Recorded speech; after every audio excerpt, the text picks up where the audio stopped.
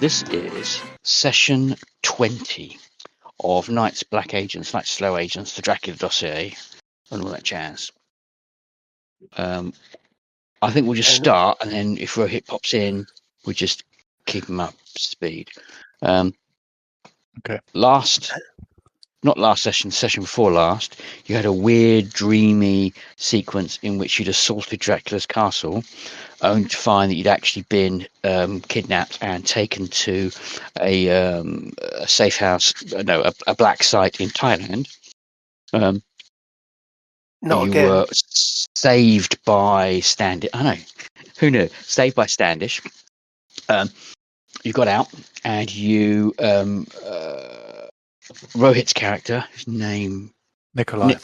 Nikolai, made some phone calls, and you went to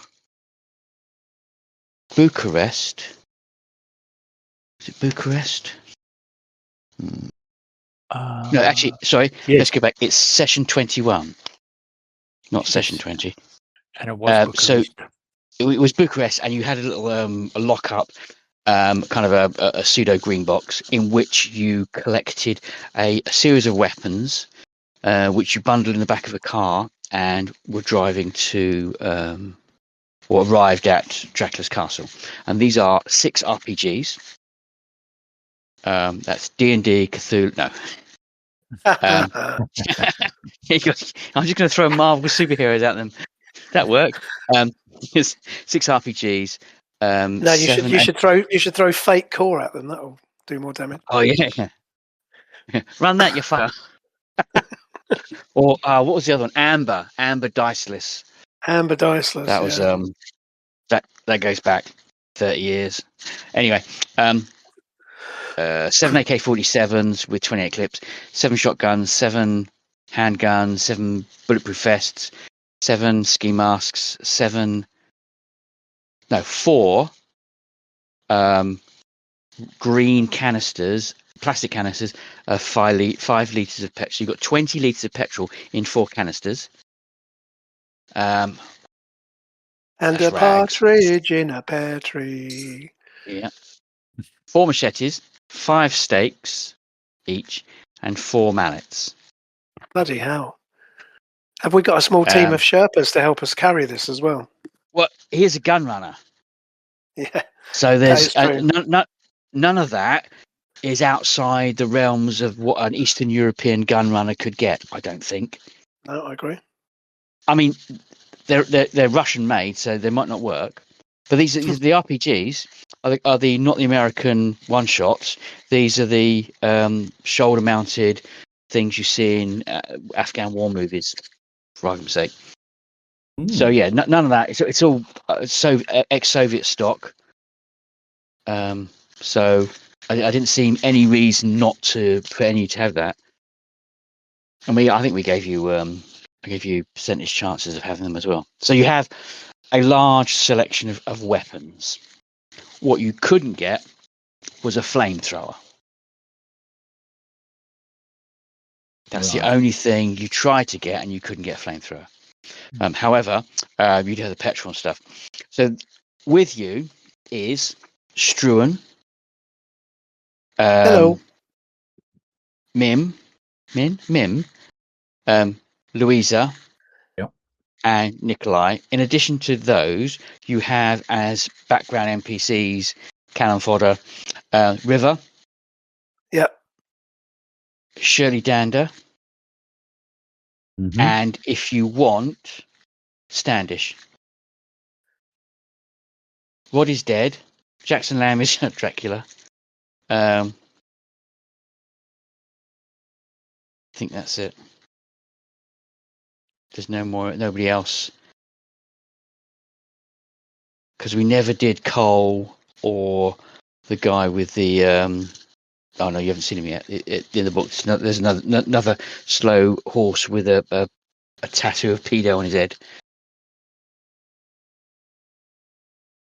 So yes, you have 3 NPCs plus yourselves, and session 21 starts outside Castle Bran, 6 a.m.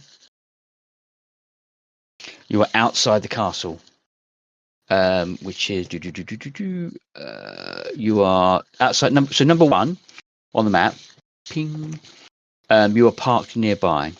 Yep. I can't remember if we specified a car, but an old Series 1, 2, or 3 Land Rover 110, Defender 110 is more than sufficient to carry everyone in the weaponry. And you've driven through the back roads to get there. What we can do is let's go back to 5:30 a.m. as you're driving to the castle. You will arrive at 6 a.m. because now Steve's here, to plot and plan your assault, as it were. Given that you have been in a dream state, you have been in this castle. But we didn't find Dracula's tomb, did we? Yes, you did. We did. Okay. You found in one of the rooms There was a secret door, right? Secret door going down, and it's the same layout, a dungeon layout as you've seen previously. Yeah. Because they're all influenced by the original. I'm not lazy and only using one map. It's because they're all influenced by Dracula's dungeon. Mm-hmm. It's the convention for those types of dungeons. Yeah, it's been you've had 3 or 4 of them. Anyway, so your idea now is to plot and plan what exactly. Given that the map of the castle has been known to everyone for ages because you can just download it.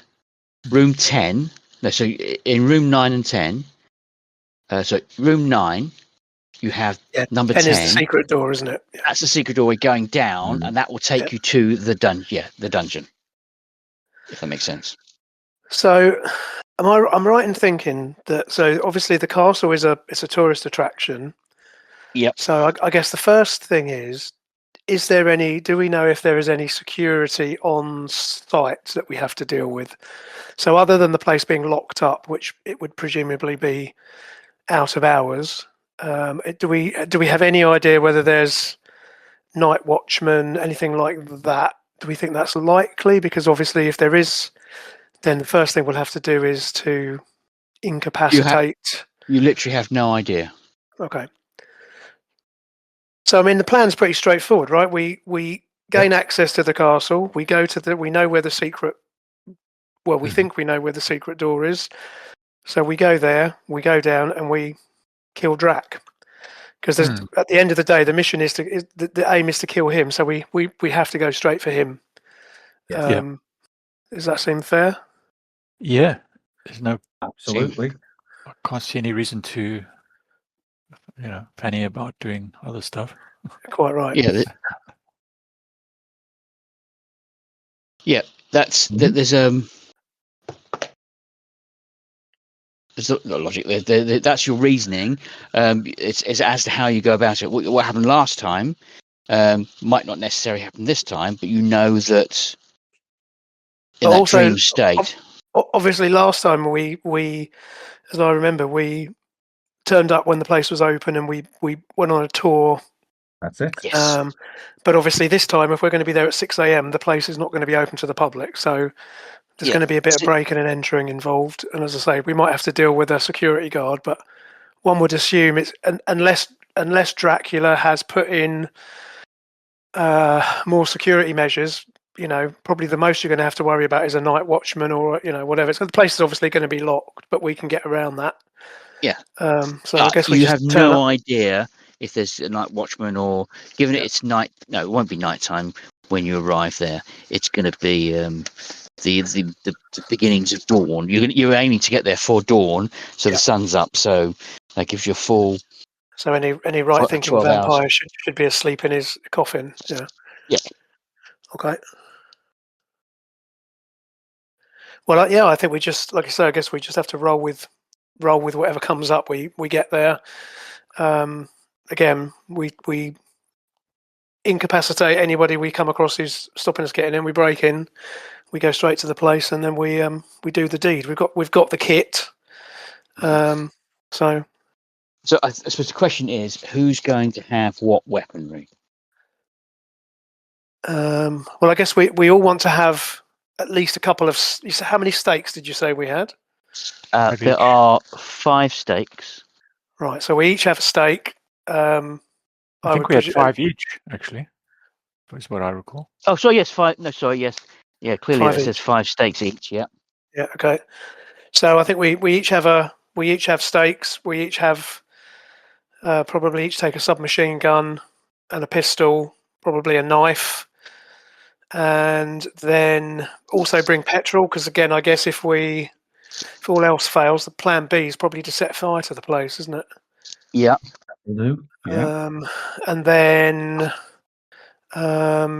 yeah, I guess we go from there, because I mean RPGs and that might seem to be a bit overkill, because within close quarters as well, we probably don't want to be shooting off RPGs inside the castle, because we'll probably blow ourselves up. But No, but what you could have is Standish outside with 6 RPGs already loaded up at the back of the back of the thingamajig. If things go tits up, she can sit there and she can fire effectively 6. Yeah, she got this. She has 6 rockets and 6 RPGs. So each one has already loaded up, so she can simply fire 6 RPGs at the castle. I love the thought of Standish sitting there firing RPGs at a castle. That's funny. She's going bang, fucking vampires, bang. So each of you also has a bulletproof vest. Oh yeah, that's probably useful. Yeah, well, if the vampire starts shooting you, super useful. Yeah, I'll put that It's not on a now. yeah. It's not a there's a coif, not a coif. That's it. Oh, what now? It's not like a chainmail coif, a bulletproof coif, which is I think the item that goes around your neck. Yeah, your knight. That would be very useful. Like that, yeah. You don't have time to get a snood and soak it in garlic and put it around your neck. No. Right. As you pull up and get, you go. Actually, what would be a good idea is if we had some snood soaked in garlic and our necks. And you're going, oh yeah, that would have been a great idea. Thanks, River. I love it. No wonder you're in bloody Slough House. Yes. Did anyone watch the last season? New season coming soon. Yeah. Not yet. Excellent stuff. The trailer for season 6 is out as well. Yeah, that's right. Yeah. Yeah, I'm finally in the club. I finally caught up. So I've started reading Clown Town, which is the very latest Slough House book. McHerron, is it? Yeah. Yeah, McHerron. I read the Down Cemetery Road, and it's quite pedestrian. Yeah, I haven't got to that. It's okay. That one for Christmas. It's okay. It's okay. Anyway, so plan of attack. How do you want to do it? Do you want to have a situation where the four of you go in first, and then River and Dander are phase 2, kind of a second wave if it goes wrong. So you've actually essentially got, you guys, if it gets through you've got River and Dander who are better shots. If it gets through them, there's Standish in the car park with 6 RPGs. I think it makes sense to have the NPCs maybe hold back. Do we have radios? Do we have any way of communicating with them other than mobile phones, I guess? No. Okay. No, there's no communications, and that would you'd need shortwave radio to go in the dungeon. Yeah, I mean, I guess like you say, to make life easy, I guess if we have the NPCs hold back. Yep. And then we'll go in and see what happens.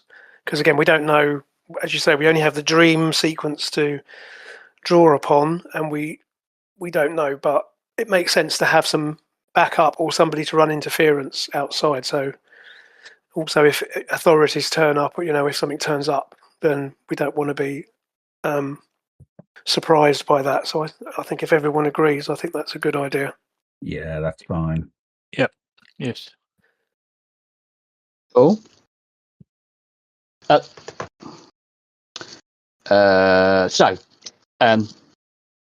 this is we don't know whether there's security guards. So as you're driving up to essentially the grounds of Bran Castle, there will be a gated stone arch, and metal gates with a chain wrapped round the gates. The place opens at 9, so you're 3 hours early. Okay, so when you say it's chained, so does that mean it's padlocked? So could one of us pick the padlock? I think I'm sure somebody's got lock picking. Somebody has. Is it? All this infiltration. Yeah, I think it's infiltration, isn't it? So we've all got infiltration, but so maybe we get. Let me. I keep forgetting to bring up Let me bring up the character sheets for.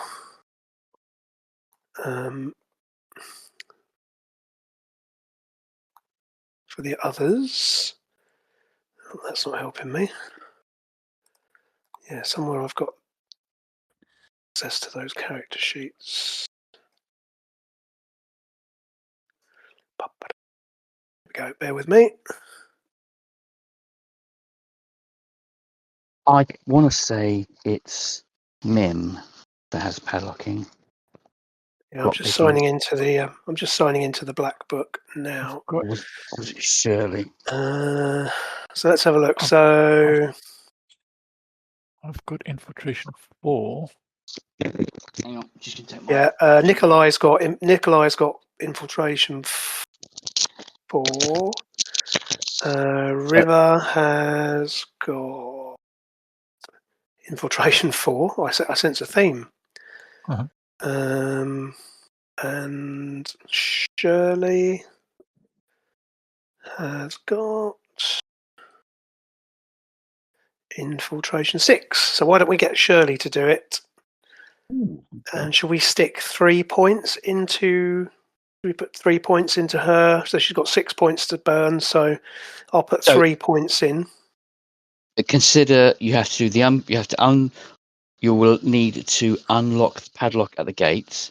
Yep. Unlock the front door of the castle, and you must assume there's some kind of alarm to switch off.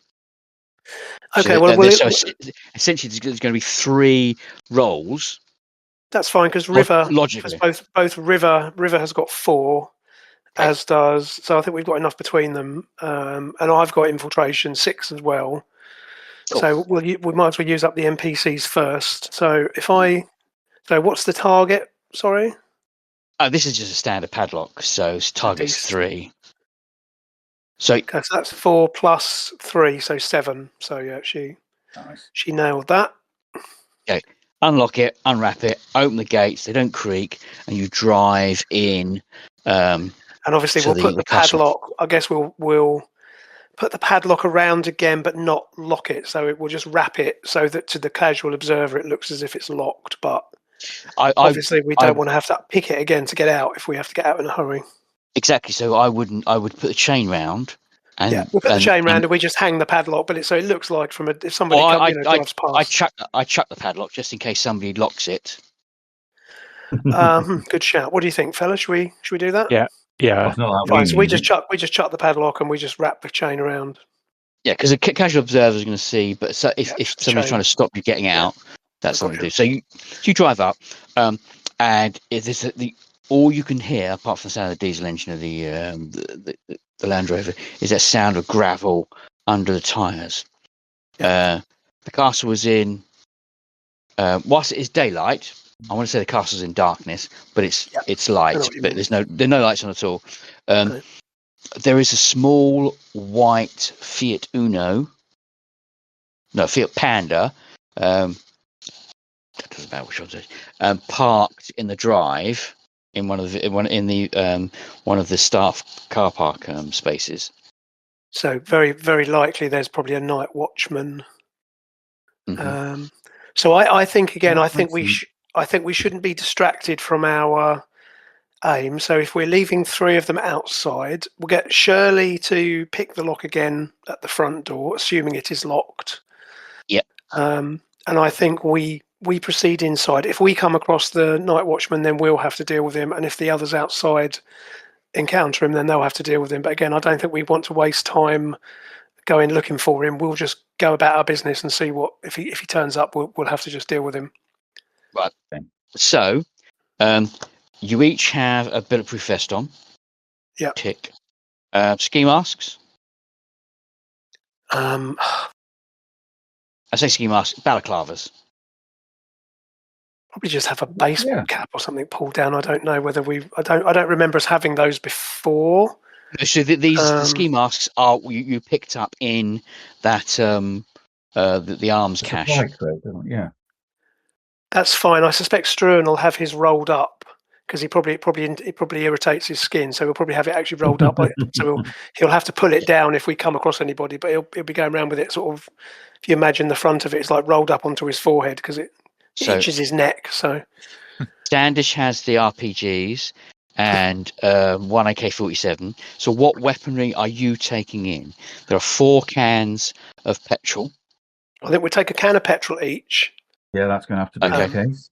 I think we Yep. take a submachine Well- gun. So if it's an AK-47, we take an AK-47, or I'll Yep. take an AK-47 with as many clips as I can, depending, spread the clips between us. There's I'll take 28 clips. You're not going to run I'll out. take like 3 clips, Okay. plus the one that's in the gun. Yep. Take a pistol with again a couple of clips of ammo. Okay. Take a knife, and then Okay, so there are actually you have machetes. No, there's no knives. machetes. So we'll take machete, Yep. machete, submachine gun, pistol, and can of petrol, and Mallets. and obviously the mallet and stakes. Cool. So leaving so River and Shirley will have the AK-47 each. Yeah. Shotgun slung over their backs. Bulletproof vest. No Yeah. petrol. Shirley might actually carry an RPG, and I think Shirley's mad enough for that. Oh yeah, definitely. Yeah. So at least five with Standish. 1 Yep. shot. No, give her 2 shots. That'd be hilarious. So give it. Dander has 2 RPGs. Okay, right. Gonna be a bloodbath. And also I'm just going to specify that I'm going to move about the house with the AK-47 slung and be actually just carrying the pistol. Yep. So I've got the AK-47, but it's like slung. But then I've got the pistol out. In one hand, you have the can of petrol. Yeah, can of petrol and then pistol, exactly. So I can't shoot the AK-47 whilst carrying petrol. So I've got the petrol in one hand and then pistol in the other hand. But the AK-47 is like slung over my back. You've all double checked. The safeties are off on all the weapons, right? Unless, of course, you roll a 1, then you forgot. Which I think Struan will probably keep his safety on because he's not the most. He's probably a bit ham-fisted with these things. So, but because again, ultimately, guns aren't going to do us a lot of good against vampires, but they're more to intimidate other people. But 4 of you dropping 4 clips of AK-47s, which are like 32 rounds a clip. So if you drop 120 rounds of ammunition into anything, it doesn't matter what they are. They're either going to get knocked back or get hurt a lot. I mean, they might survive it, and Dracula might bounce off, but he's not. It's going to hurt.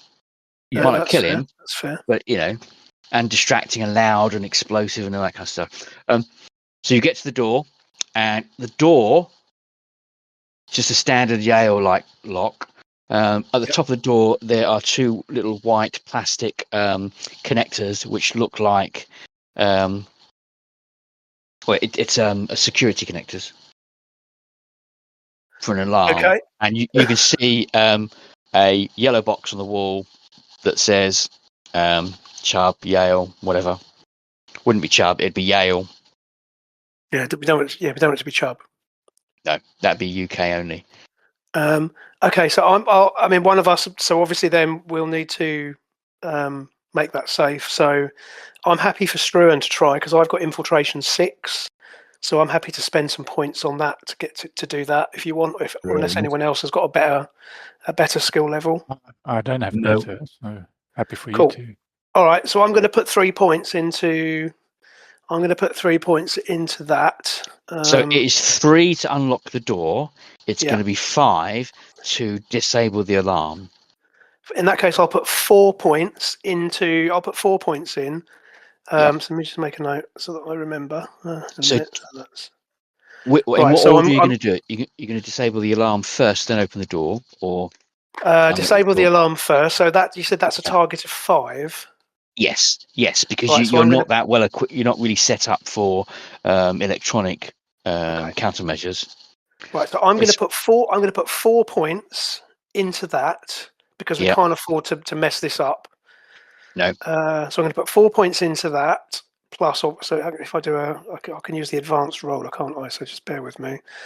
So it's 1d6, and if I put 4, so that leaves me with okay. So that's a 10. So yeah, okay. So I actually made it without putting the points in, but that's fine. I'm happy to spend the points. Right. So I will disable the alarm first of all. And with a 10, you just disable it with finesse. Okay. Hey. So Struan's looking proud of In himself. fact, with a 10, as you disable it, the door opens. Okay. Perfect. In sheer honour, in sheer surprise that you got such a good roll. So Door just unlocks. I Yeah, look around. I that's it. look around at the others and go, "Oh, well, I wasn't expecting that."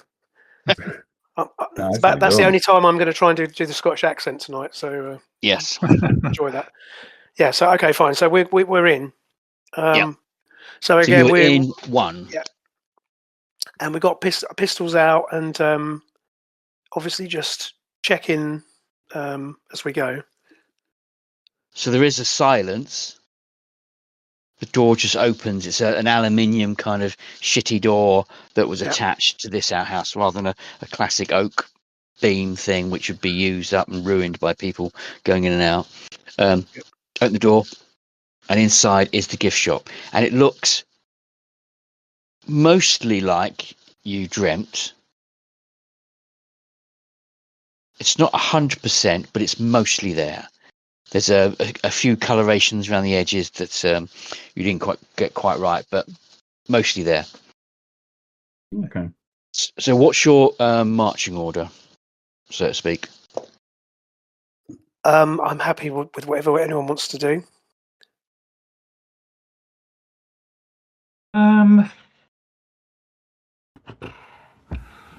That's a good Oh. one. How about sense trouble? Anybody beating a 5? I've got an 8. 8. You little buggers. Well, Uh, that puts me third. yeah. Well, I'm quite happy to stand behind Min. I'm happy for Struan to go first. Cool. okay. So you put the machete away. In one hand you have a can full of petrol. The other hand you have a gun. You've got the slung AK-47. I'm going to say, for argument's sake, each of you has a lighter. If you don't have a lighter, you can get the Dracula-themed lighters that are. Grab a big Dracula-themed lighter from the gift shop. Oh, there's And they all work. Have that, you bastard. So you open the door into the courtyard, going from number 1 into 3, which is unlocked. The only locked door was the main entrance.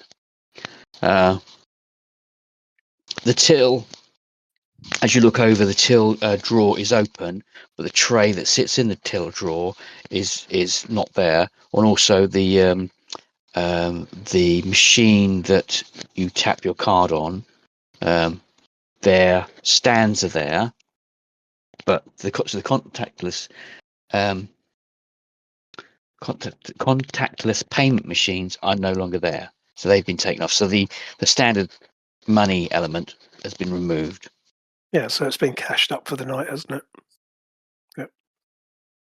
Okay. I will take a souvenir pen though, and a fridge magnet. Cool. It doesn't like a fridge magnet. We'll just put that in a.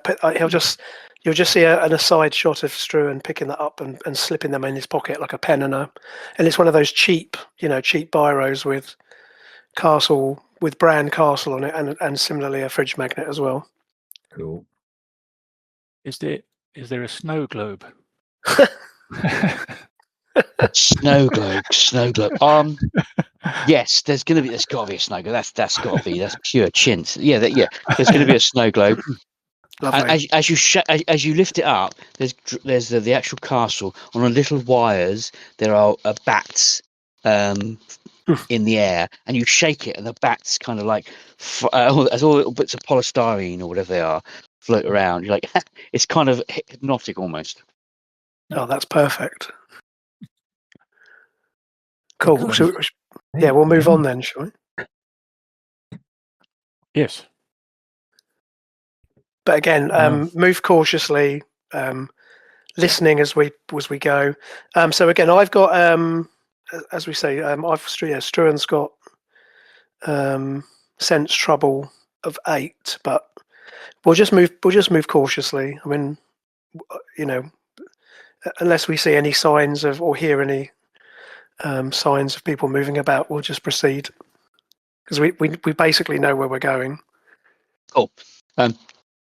So you don't kind of infiltration, sneaks. No, it is infiltration, isn't it? Everyone make an infiltration roll. So this is essentially a sneak Okay. roll. All right. So you need 4 rolls for everyone, 1 roll for everyone, and the target is 4 because you are carrying, guns and stuff. So you are making some noise, but Okay, Point taken. Oh, So what? Sorry. we're making a lot of noise. It would seem. Yeah, as the first Struan goes in and makes some noise from behind you, you go, "Fuck's sake, Struan, shut up!" Well, I'm not saying anything. And you escalate the noise a little bit. Sorry, what's the? Did you say full Infiltration.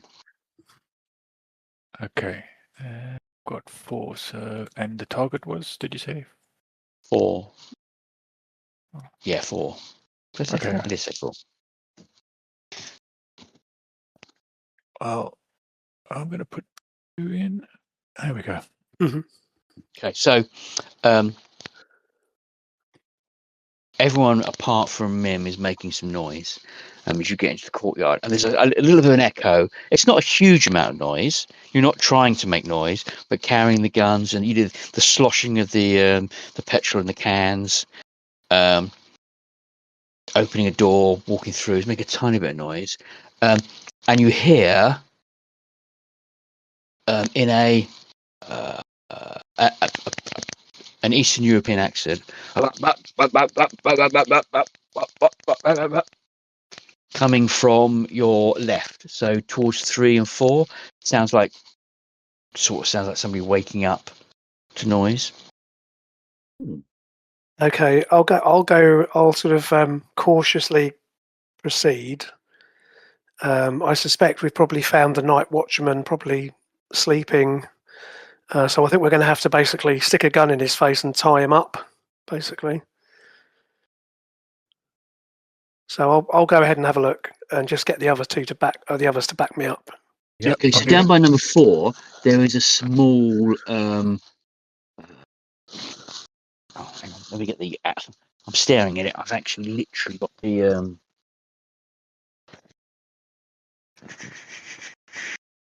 I'm going to say there's a small wooden hut, which has a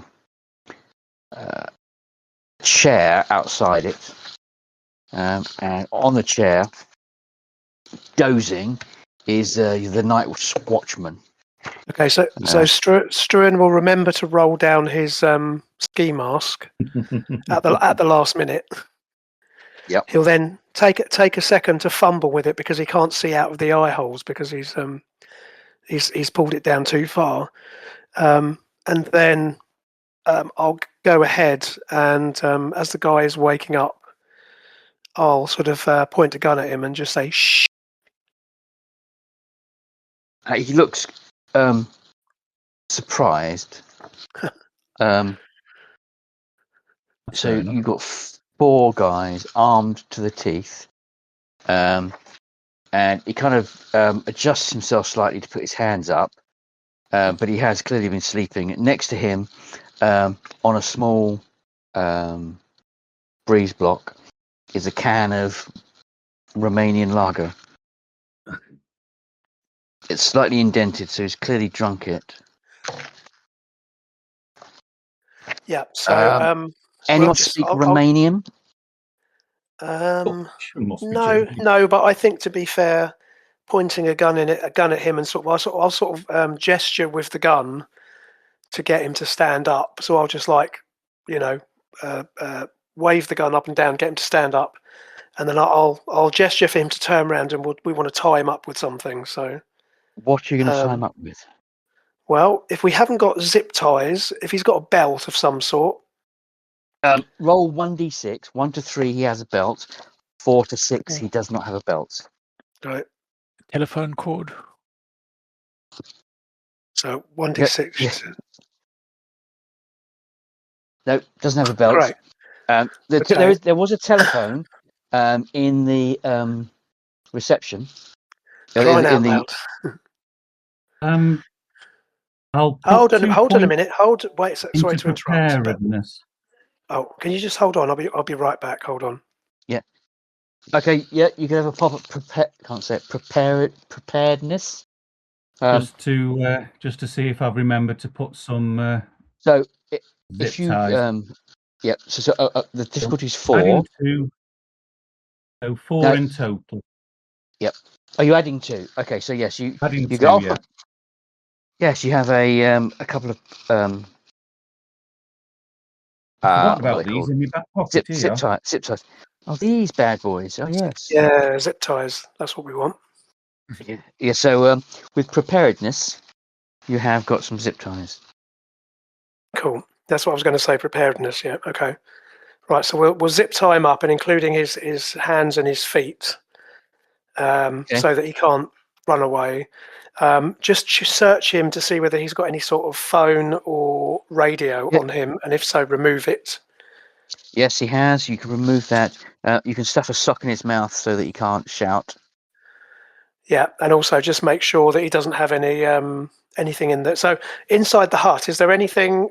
Would we be able to put him inside the hut so he would be comfortable but not be able to see what we're up to? So in other words, we put him in there so he's out of sight. And yes, is there room enough? So we'll stash him in there. Make sure there's no knives or anything lying around that he could use to easily cut his way out. And then once we've done that, oh, there you go. Once we've done that, we'll make sure he's comfortable, secure, and then we'll carry on. Cool. Hey, did you put a picture up there? Got 50 cents. Oh yeah, Dracula's Castle snow globe. Oh yes, that is awesome. That's my cover picture for the episode. Anyway, well done. Yep. Perfect. Wonderful stuff.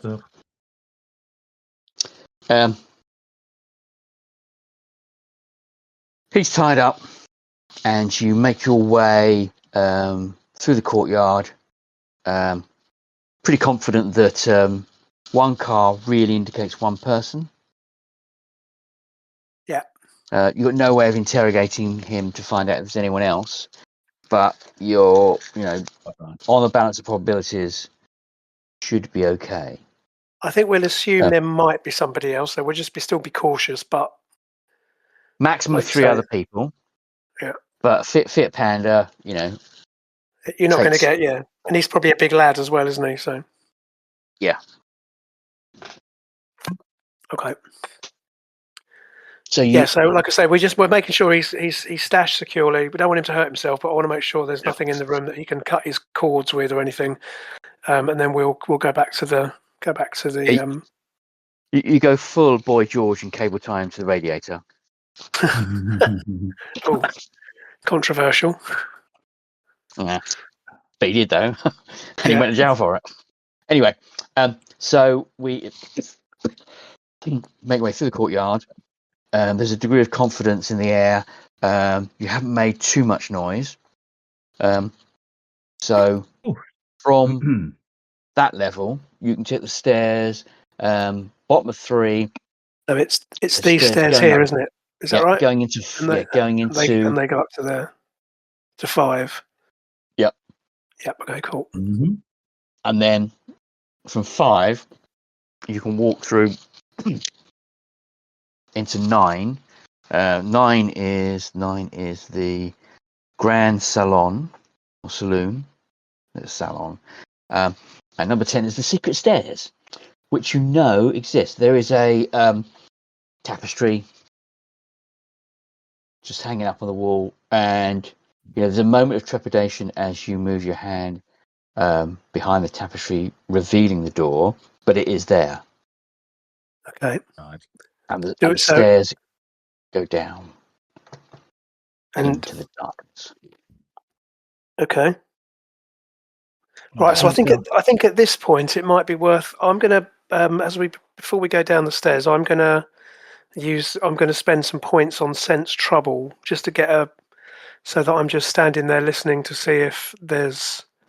And I know, obviously, it's a stupid question to say, is there anything bad? Because of course there is, but anything obvious, if that makes sense. So I'm going to spend. Can I make a roll? Spend 2 points on that. Yep. Let's see what sense trouble. Because it's not like a sixth sense, is it? No, I don't think so. It's I guess it's more like noticing. Something like an intuitive feeling, 33. surely. Hold on a minute. I'm just having a look. Page 33. Oh, page 33. Examples. Hear the click of safety being taken off. See a flittering shape across the moon. Smell.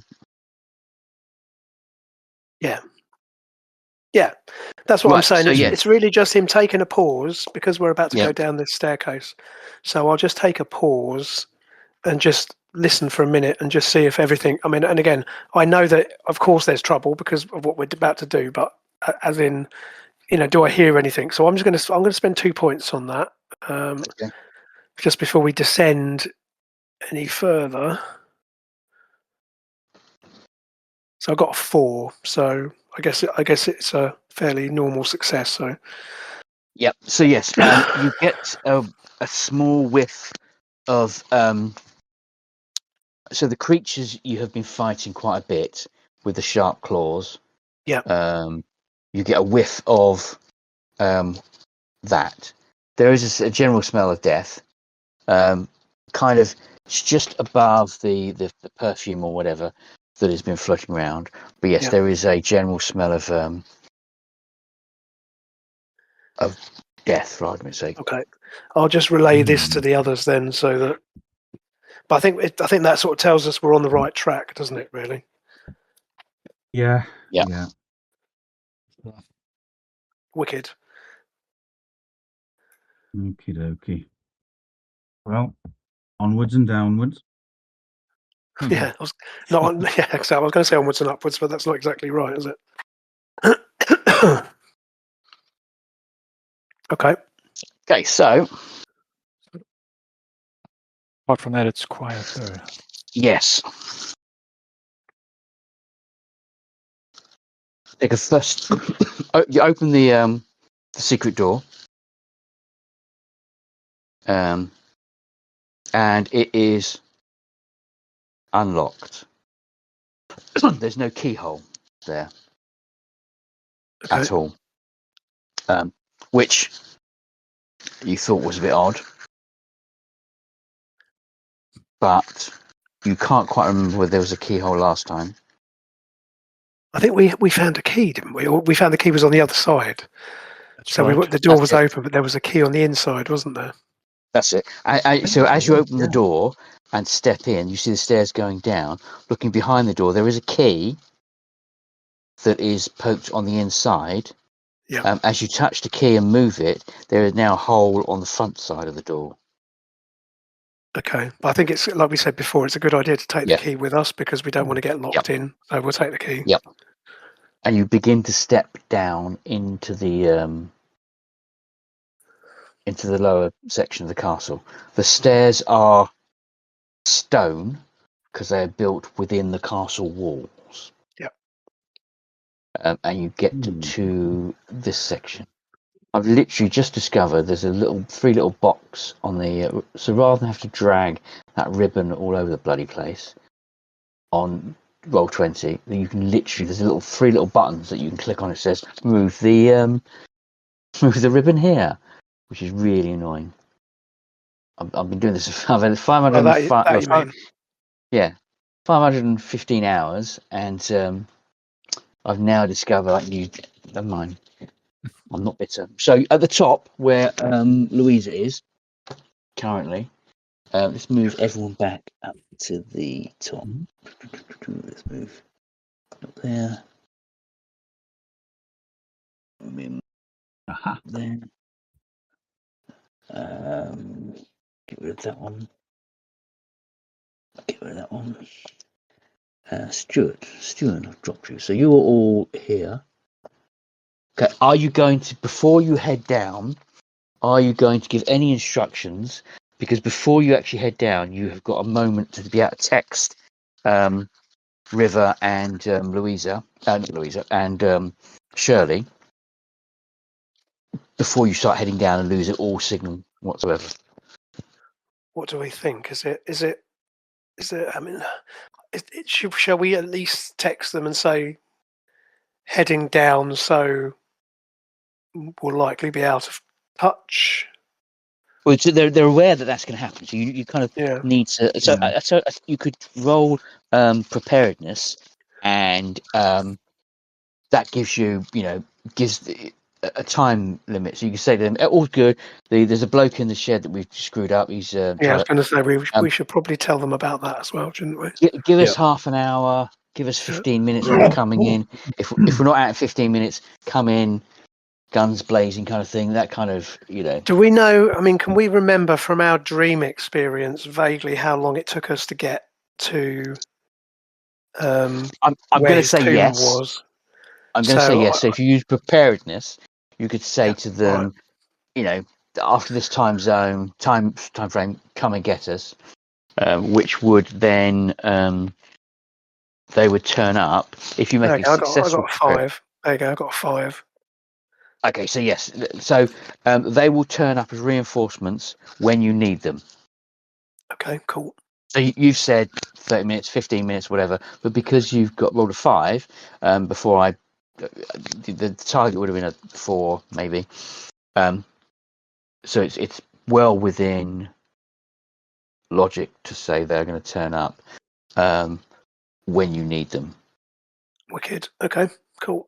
So you head down into this familiar dungeon and notice. Let me zoom in. Also, I don't know what do you chaps? Sorry, Kevin, I didn't mean to talk over you. Sorry, carry on. No. All I was going to say was I don't know. Do we also think, because I remember last time when we did this, obviously we were very careful to go and check all of the side passages and all of that. Do we think we should just go straight for him because we think we know where he's going to be? So I remember last time we made a great effort to check every little room and everything. But are we of a mind to go straight for him, or do we want to check the side passages again? So if you can remember, you had here, there was one of those creatures tied to the wall. Right. So exactly. So we found some other bits that were distracting us, but I wonder whether do we just go straight for him? Because we kind of know we suspect he's over this way. Yeah. So do we want to slow ourselves up by checking everywhere, or should we just say, sod it, just go straight for him? And I agree. I think, as long as we obviously maintain as much stealth as possible, Yeah. If we 'Cause- don't get jumped on by anything, let's just make a way as quick as possible for him. So 'Cause again, we'll it- assume Nikolai is coming up taking the flanking position, the rear position. Yeah. He's actually kind of walking backwards. Okay. Because again, I think because as you say, because we've got familiarity with this place, even though we've not physically been here before, but because we've encountered, we've been in places like this, and also because we had that dream experience, I think we would possibly just be more confident to go straight for the objective rather than spend a lot I of think time. this is the third or fourth. I think it's the fourth, actually, isn't it? Yeah. It'll be the fourth if you include the dream sequence. Yeah. So yeah, so I think you're right. What we'll say is that, as you say, Nikolai is going to be bringing up his rear guard, and then we'll just go. And again, as Ant says, we'll just go quietly as we can, but we won't get distracted. We'll just go straight down the main passageway, heading for where we think he's going to be. Yeah. Okay. Cool. So you start to make. Do you want to? Are you going to move us, or Do you want to move us? I guess You down can move. here? Yeah. Well, so I guess if we'll Fine. go here, because we've got, we obviously then head for Yeah. the railway, the So mine car. as you get to that section, Yeah. you can. I don't know whether you sense it or smell it, or it's a kind of muscle memory. Yeah. But you get to that point and you can't quite see. You're using your lights on your mobile phones, and we're going to say they're 100%. So you can see a bit of movement down the end of the corridor, and you just know it's what that creature's there. Right. But when we encountered him in the dream, he was tied to the wall anyway. So Yes. we'll just carry on, I think. But yeah, that's good. So that kind of reinforces as well to us that again, that we might be on the right track, because if that detail is the same, then suggests that more of the detail will be the same. So that's good. Yep. So you start making your way down along the railway track, passing each of the corridors, and there's a sense of trepidation and the tenseness in the air is building. Yeah, so I guess then this is the next major. Yeah, the walls aren't as clammy as you kind of expect from a dungeon underground. So there must be some degree of heat, whether it's thermal or whatnot. But there's no condensation, but there is a closeness to the air, and the smell of not quite decomposing flesh, which is quite rancid. But there is a dusty, musty smell of death, really, in the air. And you make your way to the chasm where the railway tracks run across on iron railings, slowly but surely creeping forward. As you get to the other side of the chasm, Nikolai shouts out, "Something's coming," from behind you. Okay. Right, I'll have to turn around myself then. So you're all the other side of the chasm. Let's use Shirley. So Shirley's going to be Nikolai. So you're all the other side of Shirley, as he says this, and I don't know if there we go. So there we go. And coming down the corridor is the creature that was tied up. And he's kind of it's kind of scrambling on all fours, kind of gnashing its teeth as it coming towards you. Oh, here we go. Well, we haven't got much option here, I don't think. What have we had success with these guys before? It's fire, isn't it? Fire, right? and also the overwhelming power of Blunt force. Shot to the head. blunt, blunt force. You one of them was you had it stoved its head in with a knob kerry. Another one, a series of swords or daggers or something you were hitting it with. I think the one in the tunnels under was it Paris? Wherever you were in a water field. No, on the Danube. As you're escaping the Danube, that one, I think you just simply hit it with machine guns and everything under the sun. Okay. Yeah, that sounds about So right. it can be killed. It just requires a bit of oomph. Hmm. Where has it gone?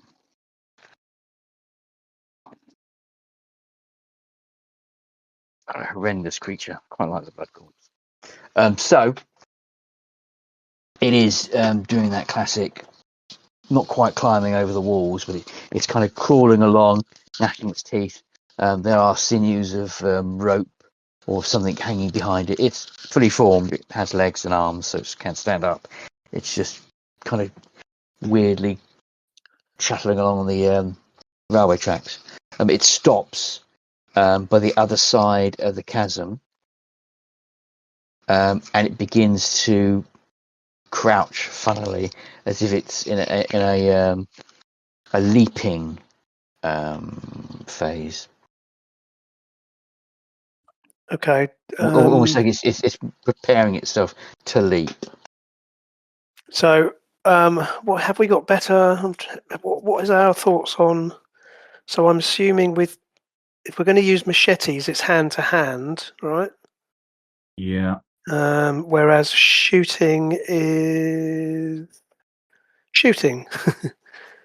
So, Shoot. I mean, certainly Struan's got more. I'm better with a gun than I am with hand to hand. Yeah. But I don't know whether. Obviously, ideally, we probably would like to hit it with machetes rather than shoot, because again, shooting is going to. Although, again, I don't wonder if at this point, if it's not worth trying to be subtle about this. I think we just, again, we're on a mission to get this done, aren't we? So I think maybe we just shoot the damn thing and not Well, mess I've just about. seen that Louisa's got a higher hand-to-hand than she has guns, so I'm going to put my petrol tank down and holster my pistol and get my machete out. In that case, You then could- we'll hold back and let Louisa, because we don't want to obviously shoot at it if Louisa's going to. You could throw a petrol can On the at it and bridge. shoot the petrol can, exploding the creature at 5 liters of burning petrol. Or burn the bridge.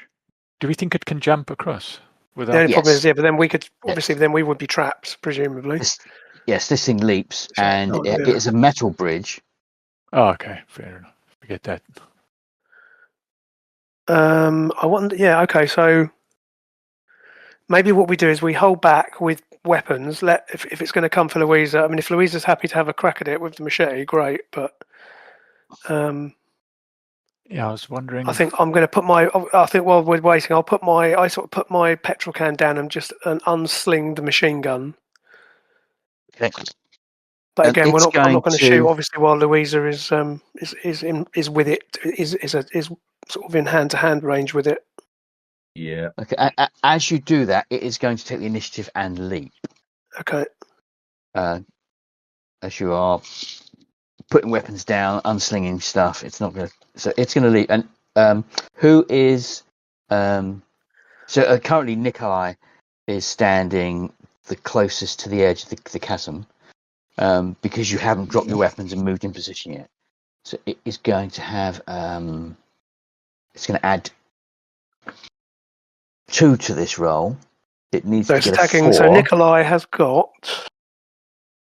So this is its athletics to leap from where it currently is all the way over in preparation to attack Nikolai. So Okay. it doesn't have a jump into combat, but it has an athletics roll. So it's got to get more than 4. So he's going to put 2 into it and roll 1d6 plus 2. 4. So it leaps into the air, and in a crazy kind of as you're moving your lights around, you see this thing leap with its talons akimbo, and it lands in front of Nikolai, ready to make its next move, which is to slash Nikolai's head. I mean, I hate to speak for Nikolai, but I'm guessing he'll probably shoot it. Okie dokie. So, because basically, if I understand the situation, Louisa's not going to get a chance to have a go at it first because it's gone for Nikolai because he's the nearest. So, Yeah.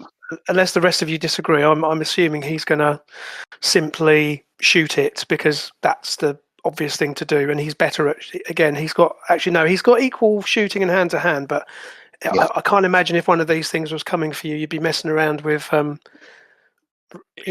wrestling with it. So I think he'll just have his because he's got his gun out. So I think he's just going to shoot it.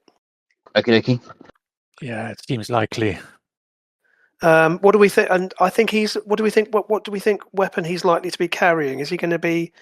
Because again, if he's carrying like with the rest of us, I guess he'd probably have a pistol because we're all carrying petrol. However, because he was bringing up the rear, Yeah. you can, if somebody wants to make preparedness, then Mim can be holding both cans of petrols, and he can be walking up the rear with the AK-47. Okay. How So do we feel about that? that's a basic 3. Well, that he's would got mean He's got preparedness of 4. So again, I'm gonna. How about I put 1 point into it? Should we do that on his behalf? Yeah, go for it. There are nicely, yeah, easy. So he has AK-47. That means Mim has got both the petrol cans. So he's got shooting of 4. I'm going to get him to put. Again, I think. What is it? A target of 3? That's the default, isn't it? Target of 3. Yep. So His what do we hit think, threshold chaps? is 3 weapons. Should we just? I mean, what do we think? Should we? So as you're shooting, it's armor's +2. That's okay. Right, so he's going to be. He needs to roll. He needs to go higher, doesn't he? So he's got shooting of 4. So I'll put 2 in. Right. Yep. So let's do. I'm not sure, but you've got automatic. Yes, there you go. He's rolled a 6. He's rolled a 6. Okay. So you pump in a whole bunch of bullets. 1d6. Machine gun plus damage. Fine. I'm not going to piss around with the rules for machine gun. So roll 1d6, add 1 to it. Okay, hold on. So 1d6 plus 1. Yep. Okay, that's a 7. 7. Just quickly double check the automatic gunfire. I think it's an extra d6. Misses or 2. So yes, he now starts dropping the clip into this creature. Weapons, armors, automatic fire, gunfire.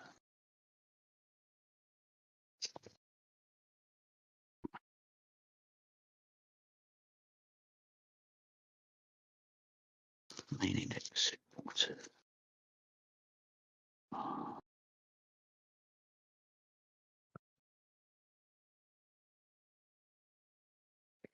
Okay, doesn't have specific rules. Auto fire, 71. Because you've hit him. Yep. I can't remember the auto fire.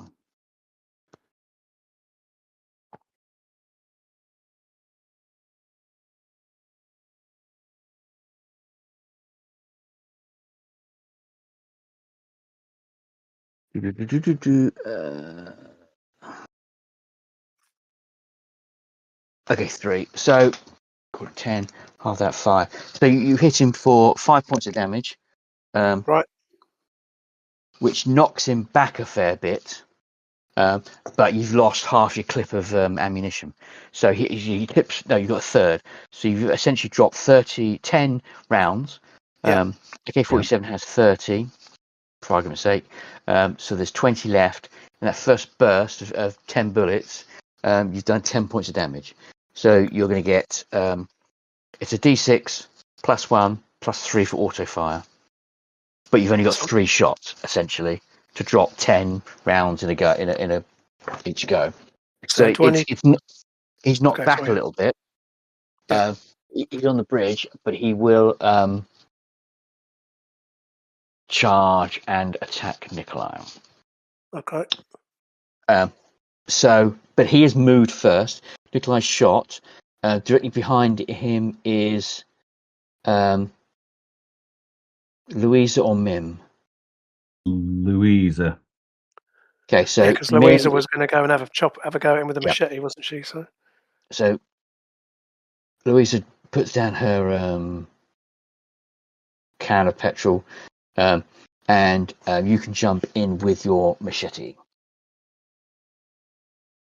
Cool. It's knocked back a little bit. So the corridor's wide enough to simply walk past. Once the gunfire's finished, walk past. You cannot talk to each other now because the sound of the gunfire is so intense. You are frog for one of it. You are death for a few rounds. Understood. Ringing in your ears. I'm going to go for a bit of an all or nothing here. Yeah. I'm going to advanced roller. I'm going to. Oh, come on! I want a D6, not a bloody D20. I'm going to stick 3 points and go for a headshot. Okay. For God's sake, don't roll a bloody 1. Yeah, okay. 6. Headshot. +2. Well, 1d6. And you've got the machete. So 1d6 plus 3 damage. Oh, Plus 2 okay. damage, sorry. 2. So you got Right. 6 in total. you stove its head in. With Awesome. one cleave of the axe, that is enough. Most of it hasn't got any overthrow. Yeah, you can simply do a huge amount of damage and get it straight between the eyes, cutting its head in two, and it claps to the ground. Oh, good shot. More dead than it already was. Deader. Deader. I'm sure that's Deader correct. than it was before. Deader, yeah. So, but there is a large sound of echoing as the machine gun fire just echoes around the corridors.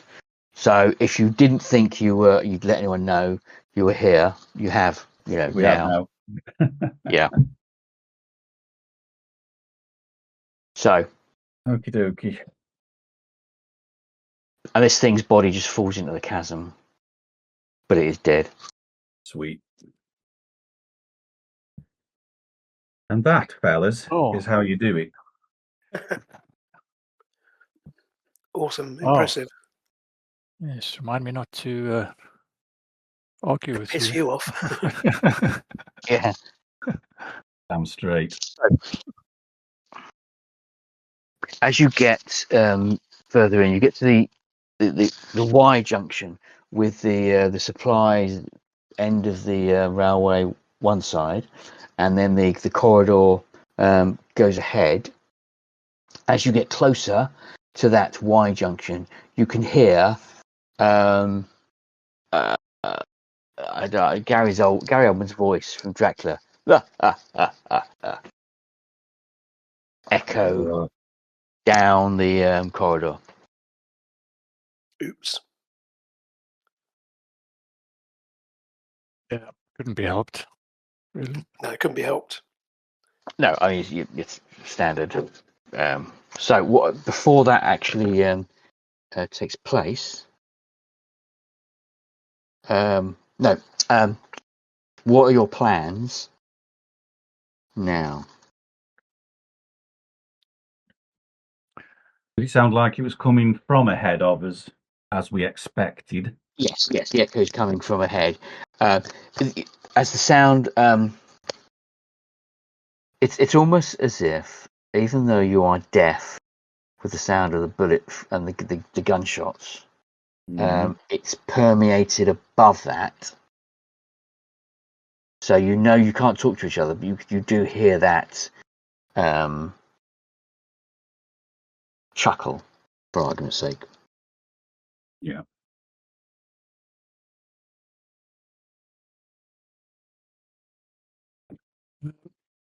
Where was? Oh, it was here, wasn't it?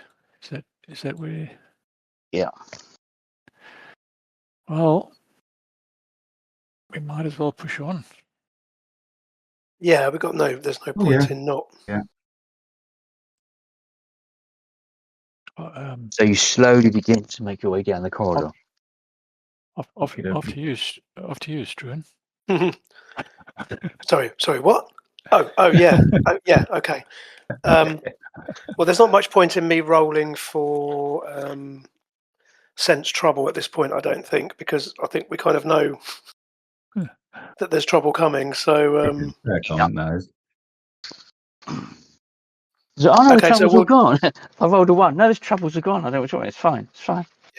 okay, so I'll carry on. So you I've got to find the stats for this bad boy.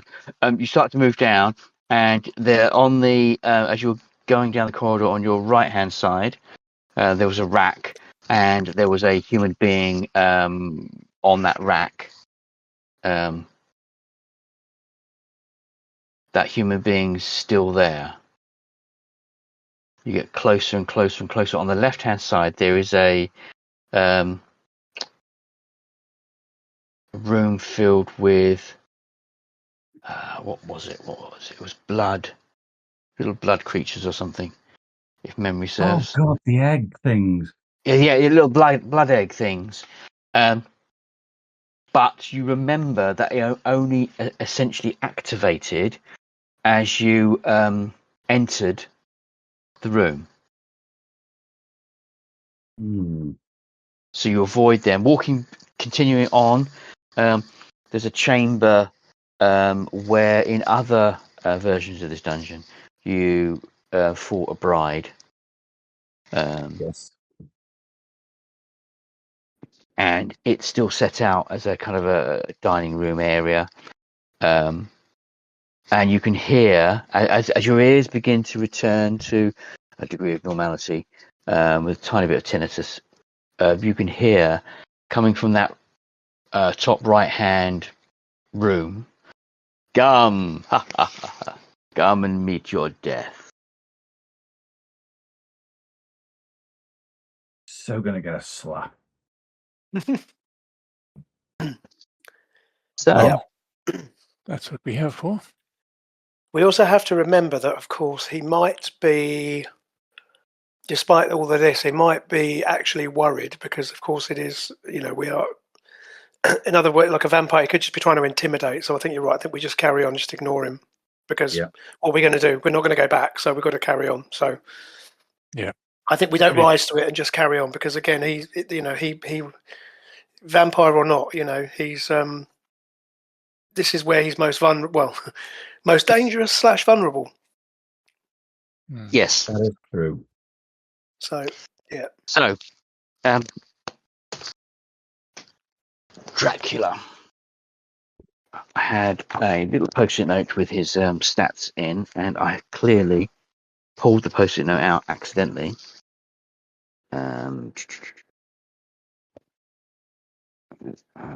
That's for Dracula. Where have they gone? So, are you going to enter that room, or what, the room where we think he is, or we're not going to enter the room with the blood eggs for sure? No. Again, I don't think we have much choice. There's no point. We're not exactly going to go back at this point, are we? Because we're here. Yes. So we either throw a petrol tank in, or we just go in. We could do that. Do you know what? That's not a bad idea, isn't it? We could just luzz a petrol can in and just like smoke him out. Because even vampires don't like fire. But I worry about being uncontrolled fire in an enclosed space. Yeah. Because until we know that that's our only option, it might give us more trouble than it's more trouble than it's worth. No, I get you there. I get you. But I think it's a good idea. So, had you actually considered whether you wanted to survive this or not? I mean, I think we probably want to, don't we? I mean, if we can. Yes, absolutely. Okay. I don't think any of them are. I don't think any of them are suicidal. But again, we also acknowledge that he has to be stopped. So it is sort of Louisa will sacrifice her life if there's no other option. She really wants to torment Min for a while longer, if at all possible. Mhm. Yeah, But yeah, fair. This is sort of a do or die kind of situation. Yeah. It is a bit of a last resort as far as Louisa's concerned, but she will consider it. Okay, so it's Yeah, like I say, I just wonder whether if we, because I just on one hand I like the idea of chucking a couple of petrol cans in there and just torching the place, but then Yeah. A, we're not sure whether it'll kill him, and B, Yeah. it could kill us for no benefit. So I think we probably hold that as a last resort. So I think Fire let's is just go. We're a just going to proceed into the room, which we think he's. fire. So we think he's down here, don't we? Is that right? That's Yes. where we encounter. So no, I think we just head. Yeah, I think we just and also fire in a contained space is not a good thing. No, but I don't care who you are, being shot at by an AK-47 or Yeah. having fire threat, even if you're Superman, there is going to be an effect on you. So I think we just head down there, and like I said, at this point, like you say, we unsling. I'm going to unsling, put my pistol back in, unsling the AK-47, put the petrol down outside the room, and then let's just go, because, like I say, I wonder whether some of his, is also the fact that he's actually a bit worried the fact that we've got him cornered in his lair. Mhm. So yeah, I may live or not live to regret that statement, but Well, I'm following with the AK-47 at the ready as well. Yeah, I think AK-47 sounds like a good idea.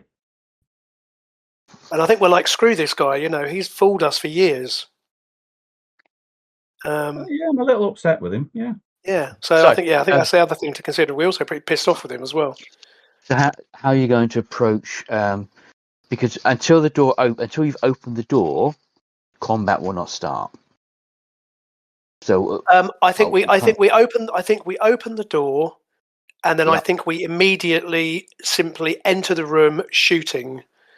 So rather than give him a chance to hypnotize or anything else, we just literally throw the door open, and we all just literally go and just spray the room with bullets as a start, and then see what that does for us. Because again, it might be that we don't get anywhere near him, or he's not there. But again, I don't see any point in trying to creep in. He knows we're here. We know he's there. Let's just not mess about. he knows. You're going to assume that he knows you escaped from Thailand, and that you were in Thailand. Whether he knows that you armed yourself up with weapons, you're going to assume that he knows you have some weapons, but possibly not the sheer volume of firepower that you have. Also, vampires are inherently arrogant as well, right? That's the trope of the. Do you know what I mean? So they're also inherently arrogant, and so again, I think I'm quite happy with just kicking the door in and just going and just spraying the room with bullets. And wouldn't we have to kick it in and then all of us enter and sort of fan out so that we all got space? That makes sense. Yeah. So you're kind of burst in. So you could have a situation. So what you could do is Nikolai open the door, and your safety's off, and all three of you run in. Yeah, and we just literally spray the room with bullets. If you make a preparedness roll, first one in goes in and steps to the side. Second one in steps to the other side, and then there's space for the third one to come through. If one of you makes a preparedness roll, then if you come up with any ideas that you need that you hadn't thought of in the moment, then you have, if that makes sense. Okay, so I'm happy if I to do can say, that Nikolai has already got the petrol cans open with the rags in and lit them, ready to throw one in, or whatever, but that kind of gives you a backup plan. That's a good idea. So I like that idea. So we'll spend that, and we'll say that's perfect. We say you say we put the petrol cans down. We get Nikolai to to prepare them, i.e., as you say, stick rags in them, I'm happy to make the preparedness roll. So I'm going to put 2 points into that. I've got 3 points left, so I'll put 2 into it.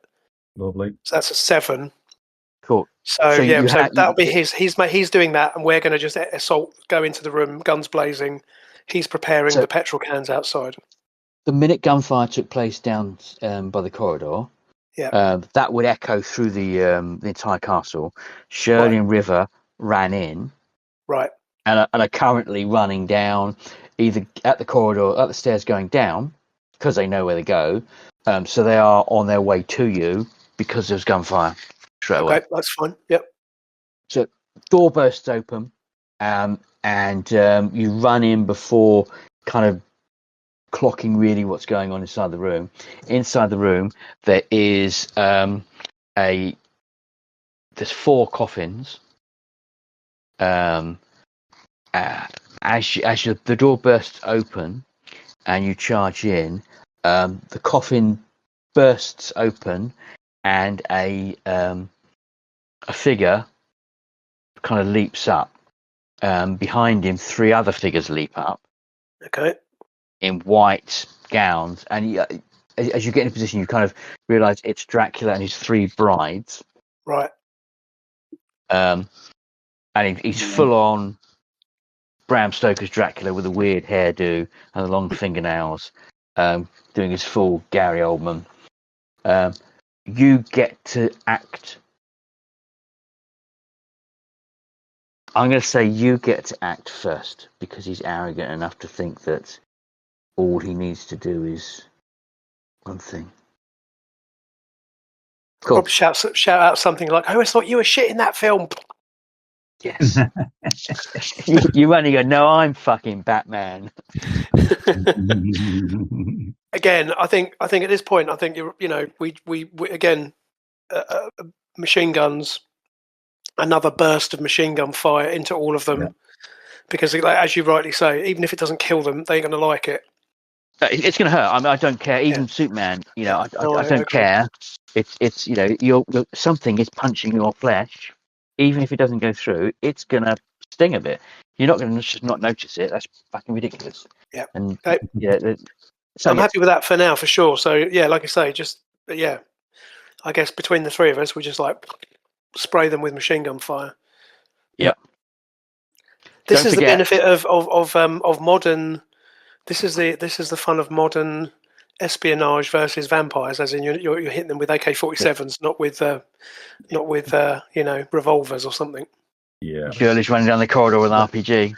Yeah, bring it on! Come on! Let's have you. Come on, Standish. Get that RPG in here. I thought you were going to say not with a hand crossbow. Yes. Yeah, I mean, once you've got that level of firepower, it's you just go, well, just drop the entire clip, and then you've got to take together. So I've dropped 30 rounds in him, flip it over another 30 rounds. He's not getting up. He's going to get up eventually, but by the time if you're just pumping, but again, if we can get them on the ground, then we can stake them. But again, like you say, we've got it. Yeah, I think that's the plan of action. So we get to act first. So how do you want to work this? I mean, I'm happy to take a shot. It doesn't matter. We'll go say Struan, Mim, and Louisa. All right. These So AK-47s.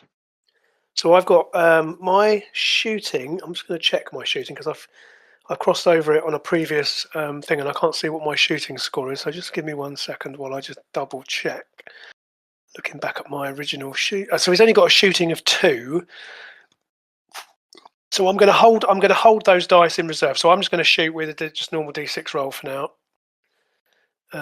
Because again, I suspect we're doing a lot of shooting. So I'm going to. Do you want me to randomly roll for a target? Because like you say, if there's 4 of them, I mean, I assume we'd probably most likely go for Dracula, because if he's killed, then they're not controlled anymore. I don't know how it works in this iteration, but normally with vampires, if the sire gets killed, then they'll be stuffed anyway. So I think we're better off shooting at him, trying to take him out first, and then. Assume it's very Dresden, so that if you kill the sire, the head, everyone else dies. Okay, so I'm going to just shoot at Dracula then. So, that's a 2. Okay, not very good. So that's a burst, which goes wide, but it'll make a lot of bloody noise. That's for sure. Yeah. So I think so. You said we got 30 rounds. So we fired. Are we assuming we fired one burst when we jumped into the room, and then this is the Nikolai. second burst? So Nikolai has got essentially two shots before he has to change his clip. Okay. Everyone else has got 30 rounds, and essentially it's a double clip.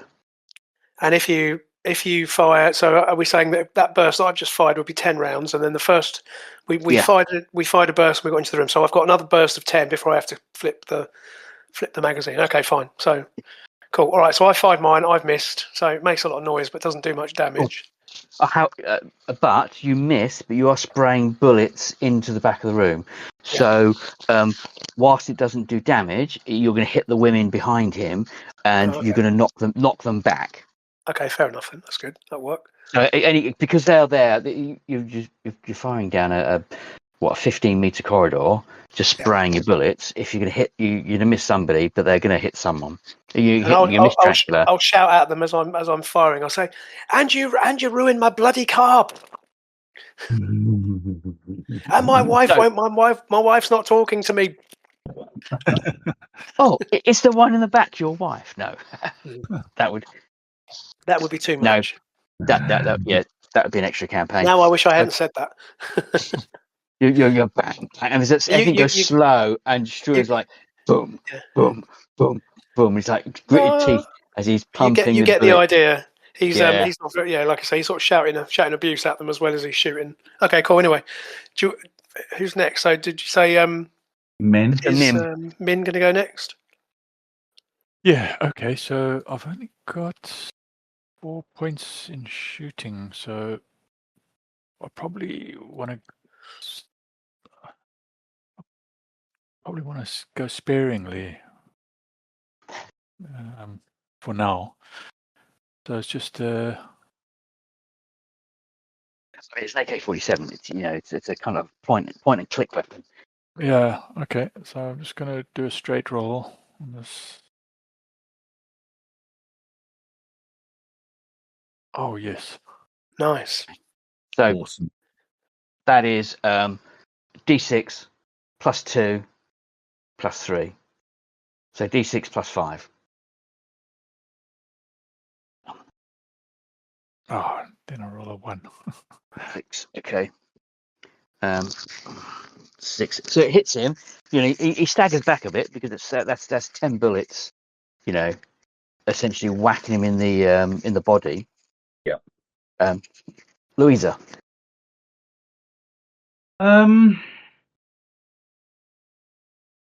Yeah, go on. I'll at this point I'll risk a straight roll. Cool. Get in. So you hit him. 1d6 plus 2 plus 3. 1d6 plus 5. I should just say that. That'd be easier. There we go. Yes.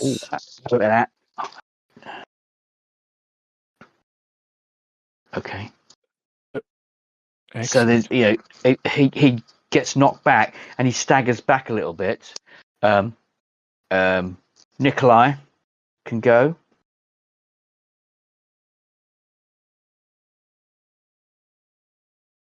What would you like, Nikolai? You want me to roll? do? Well, I guess he's just going to shoot as well. So in terms of preparedness, he can either have all the 4 petrol cans with rags hanging out of them ready to light and throw in. Yeah, should we get him to do that? That's probably more useful, isn't it? Because you so are we'll get to do that. 5, 10, 15, 20, 25, 30. It's a distance. Make a throwing roll, athletics roll. Yeah. You are not aiming at something. You are throwing it down the corridor in a vague place. Yeah. It is lit. Next round, you'll be able to shoot it. In fact, you can throw it and shoot at it. Fuck it. So an athletics roll and then a shooting roll. Do we want to do that now, or should we just give them another round of? Is it worth messing about, or should we just chuck that and set fire to them? I would say go for it. Yeah. Okay. I agree. Yeah. So So athletics roll to we throw just it. shout at him to say now, come in now. So he's got athletics of 3. So I'm going to put all of it. Well, he's going to spend all 3 points basically. There's no point. Again, there's no point in holding back on it. No. So hang on a minute. So let's have a look. That's 3. So this is for Nikolai's. It's lit. Right. So that's lucky. He got 4. That's lucky. Lit, and the thing is spiraling over and it's lit, but it's kind of creating a small ball of fire at the top. Right. And it's not till it lands will it actually explode. He can shoot it and blow the barrel out. Right. So the can out. is this Nikolai again's going to shoot, or is one of us going to shoot? So throwing and shooting, I think that's one go. It's not. Well, again, throwing he's got hard. 4. He's got 4 points, so I'm going to put all 4 into Yeah. the shooting because again, I don't see any point in holding any back. So he's just going to go for it. Yeah. That's a 9.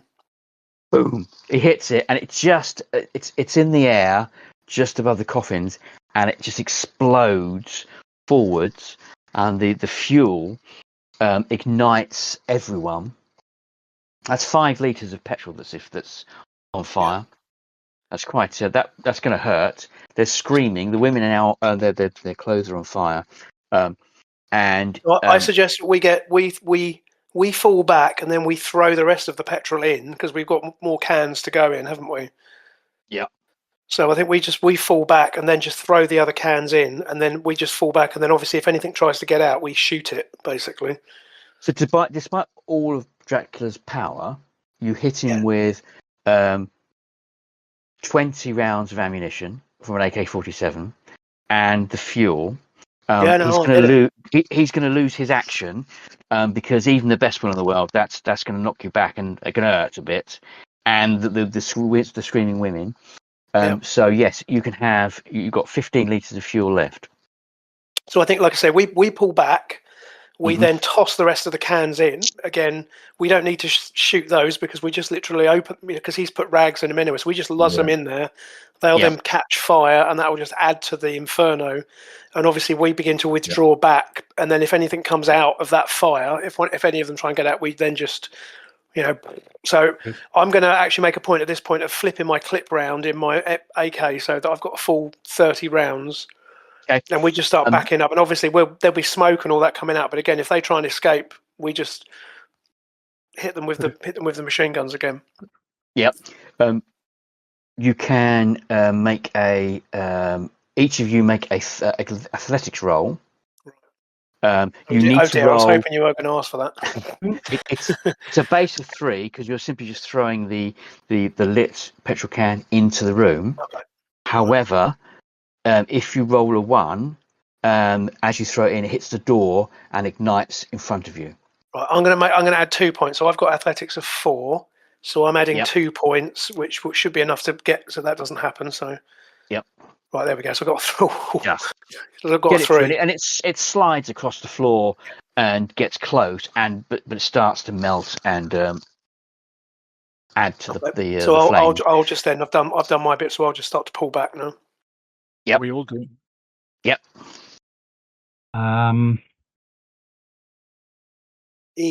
Nice. You throw it. It spins in the air and it hits the same spot and explodes. More fire, more screaming. Louisa's got an athletics of 7. I'm going to throw 4 points into this. Nice, do it. Yeah. I'm trying to get him straight between the bloody eyes. Like you say, no point now in no point in holding stuff back, I don't think. So boom, again, so that's 20 litres of fuel plus the bullets. You've created an inferno. There is wood in there. Yep. As a minimum, you've burnt his coffin, his consecrated ground. Yep. Yeah.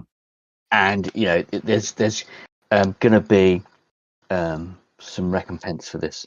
You fall back, and as you see a figure walking, crawling, screaming, coming down the corridor, coming down that room towards the door, you can hear from the other corridor the sound of panting and running coming from up the corridor.